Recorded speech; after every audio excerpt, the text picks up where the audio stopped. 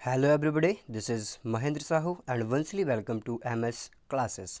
जैसा कि आप जानते हैं अभी हम चल रहे हैं लेकर मध्यकालीन भारत के इतिहास से संबंधित महत्वपूर्ण जितने भी युद्ध हैं उनकी सीरीज़, जो कि एग्ज़ाम के पॉइंट ऑफ व्यू से महत्वपूर्ण है। साथ ही साथ नॉर्मल हमें इसके बारे में भी जानकारी होनी चाहिए, ठीक है ना। तो इसके अभी तक हम 2 पार्ट कवर कर चुके हैं, जिसमें हमने सरहिंद के युद्ध के बारे में, पानीपत के युद्ध के बारे में, तराइन के युद्ध के बारे में डिस्कस किया हुआ है। यदि आपने अभी तक उन वीडियोस को नहीं देखा है तो लिंक आपको डिस्क्रिप्शन में मिल जाएगी, आप जाके वहां से उन वीडियोस को देख सकते हैं, ठीक है ना, ताकि एग्ज़ाम के पहले आपकी पूरी सीरीज़ कवर हो सके। और आज हम डिस्कस करने वाले हैं इसका पार्ट 3। ओके, सो चलिए स्टार्ट करते हैं। बट यदि आपने अभी तक चैनल को सब्सक्राइब नहीं किया है सो प्लीज़ इसे सब्सक्राइब कर लीजिए, ताकि सारे आने वाले वीडियोज़ की नोटिफिकेशन आपको मिल सकें। आज का जो हमारा पहला मोस्ट इम्पॉर्टेंट युद्ध हम जो डिस्कस कर रहे हैं वो है आपका हल्दी घाटी का युद्ध। इस युद्ध के बारे में तो ज़्यादातर सभी लोगों ने सुना ही होगा, जो कि 1576 ईस्वी में लड़ा गया था। किस किस के बीच में लड़ा गया था ये पॉइंट सभी को पता होना ही चाहिए, क्योंकि इतिहास का बहुत ही फेमस यह युद्ध है। और आज भी कई बार बड़ी बड़ी जो हमारी इतिहास से रिलेटेड डिबेट्स होती है उसमें ये एक डिबेट का विषय बना हुआ है, ठीक है ना। तो चलिए डिस्कस करते हैं इस हल्दी घाटी के युद्ध के बारे में, ठीक है। तो सबसे पहला पॉइंट, जैसा कि आपको पता है, हल्दी घाटी का युद्ध कब लड़ा गया था? 1576 में।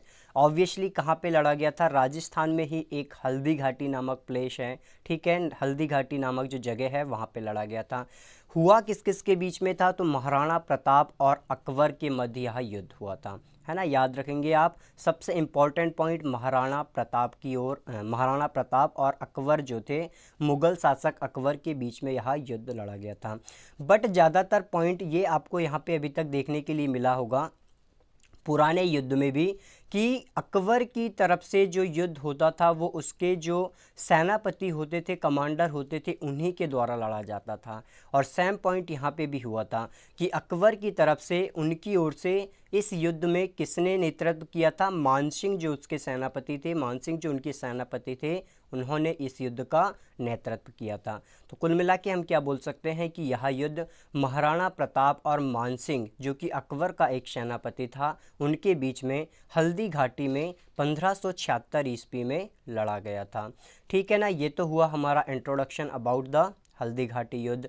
अब हम देख लेते हैं कि इस युद्ध का कंक्लूजन क्या निकलता है, परिणाम क्या निकलता है, ठीक है ना। उसके पहले कुछ एक और इम्पॉर्टेंट इन्फॉर्मेशन है कि इस युद्ध में जो महाराणा प्रताप होते हैं, है ना, वो क्या करते हैं, भीलों के द्वारा उनको साथ मिलता है, भीलों का उनको साथ मिलता है। हम ये बोल सकते हैं उस क्षेत्र में जो पहाड़ी एरिया थे, जो जंगल वाले इलाके थे, उस क्षेत्र में जो भील होते थे, उनके ग्रुप ने भी महाराणा प्रताप का इस युद्ध में साथ दिया था।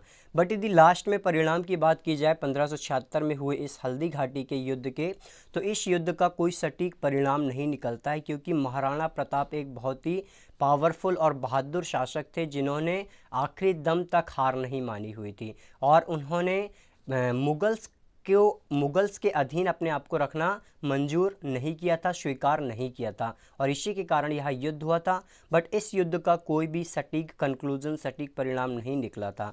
लेकिन युद्ध के बाद जो महाराणा प्रताप थे, उनकी कई सारी सेना भाग गई थी महाराणा प्रताप जी की। तो इसके बाद क्या हुआ था, ये भी जंगलों में जाके कुछ समय के लिए रहने लगे थे, ठीक है ना। और इसके कारण क्या हुआ था, जो मानसिंह थे, अकबर के सेनापति जो मानसिंह थे, उनके द्वारा हल्दी घाटी के आसपास का जो क्षेत्र था, है ना, उसे क्या कर लिया गया था, अपने कब्जे में ले लिया गया था, ठीक है। बट युद्ध का कोई सटीक कंक्लूजन यहाँ पे नहीं निकला था, ये पॉइंट आप लोगों को याद रखना है। तो ये थी सारी important detail about the battle of Haldi Ghati. I hope आपको ये सारी डिटेल यहाँ पे समझ में आई होगी। एग्जाम के पॉइंट ऑफ व्यू से पूछा जाए तो 3-4 पॉइंट यहाँ पे सबसे ज़्यादा इंपॉर्टेंट है। सबसे पहले तो हल्दी घाटी किस स्थान में आता है, सो याद रखेंगे राजस्थान में आता है। कब युद्ध हुआ था? 1576 ईस्वी में हुआ था। महाराणा प्रताप और ऑब्वियसली अकबर के बीच में हुआ था, ये तो पूछा ही जाता है। बट अकबर की ओर से इस सेना का नेतृत्व किसने किया था? तो जो मानसिंह उनके सेनापति थे, उन्होंने इस युद्ध का नेतृत्व किया था। तो ये सारे इंपॉर्टेंट पॉइंट आप एग्जाम के लिए याद रख सकते हैं। चलिए डिस्कस कर लेते हैं आज के हमारे सेकंड एंड मोस्ट इंपॉर्टेंट युद्ध के बारे में। सेकेंड युद्ध आज जो हम डिस्कस कर रहे हैं ये है करनाल का युद्ध। इस युद्ध के बारे में ज़्यादातर नाम नहीं सुना जाता, बट बहुत ही इम्पॉर्टेंट युद्ध है ये भारतीय इतिहास के दृष्टिकोण से। क्या था करनाल का युद्ध? तो सबसे पहले तो इसका ईयर हम देख लेते हैं, 1739 ईस्वी में अब हम चले गए हैं। ठीक है ना। करनाल का युद्ध कब लड़ा गया था? 1739 या 1739 ईस्वी में लड़ा गया था। यह युद्ध किन किन के बीच में हुआ था? सो आपको याद रखना है, नादिर शाह जो कि ईरान या पर्शिया, आज का जो ईरान है या पुराना जो पर्शिया था, वहाँ का शासक था। और उसने हमारे देश में जो लेटर मुग़ल एरा था, लेटर मुग़ल एरा मतलब औरंगज़ेब जो था वो मुग़ल एम्पायर का सबसे लास्ट वाला सबसे पावरफुल रूलर था। औरंगज़ेब के बाद के जो रूलर थे वो इतने पावरफुल नहीं थे।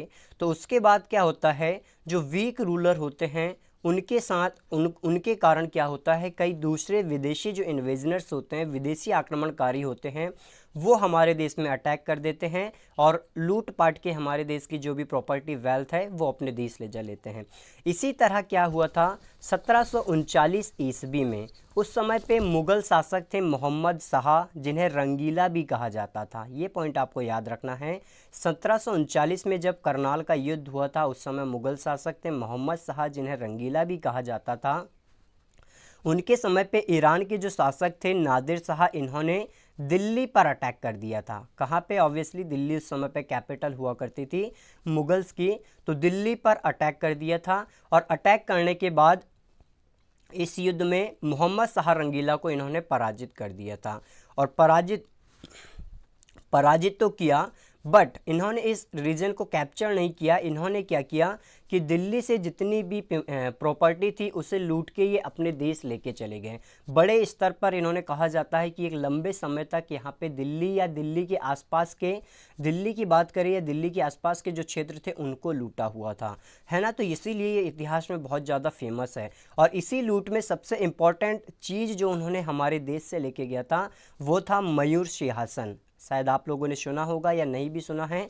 तो यह एक सिंहासन था ऑब्वियसली, जैसा कि इसका नाम है, जो कि शाहजहाँ, मुग़ल के जो किंग थे शाहजहाँ, उनके द्वारा बनवाया गया था। और इसमें कहा जाता है कि कोहिनूर हीरा भी था। ठीक है ना।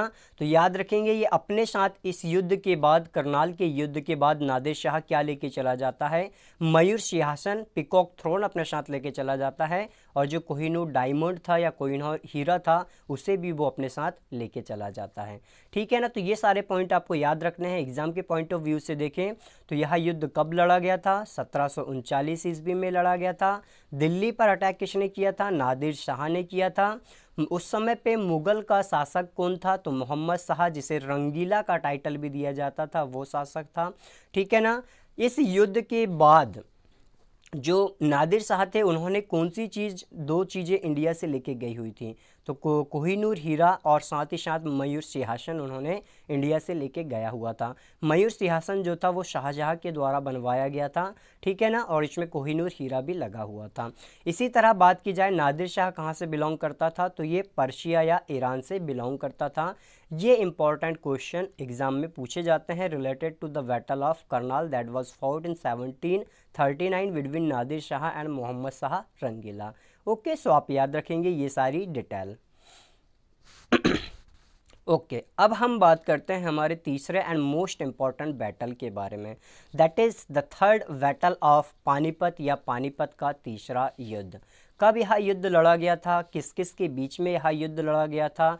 इसमें किसकी विजय होती है और उसके बाद क्या कंक्लूजन निकलता है? ये सारे पॉइंट बहुत ज़्यादा इंपॉर्टेंट है एग्जाम के पॉइंट ऑफ व्यू से। सबसे पहले आप लोगों को यहाँ पे डेट याद रखनी होगी, क्योंकि हमने already first battle of Panipat discuss किया हुआ है, second battle of Panipat discuss किया हुआ है। पहला 1526 बाबर और इब्राहिम लोदी, सेकंड 1556 अकबर व हेमू, जिसमें बैरम खान ने अकबर का नेतृत्व किया था। और ये है तीसरा बैटल। तो आपने अभी तक यदि दोनों वीडियो नहीं देखा हुआ है तो पुराने पार्ट 2 में आप इन दोनों युद्ध के बारे में देख सकते हैं, जिसमें बैटल से रिलेटेड सारी डिटेल्स आपको मिल जाएगी। ठीक है। ओके, सो चलिए हम इसमें डिस्कस करते हैं पानीपत के तीसरे युद्ध के बारे में। तो सबसे पहले आप लोगों को याद रखना है यह युद्ध हुआ कब था?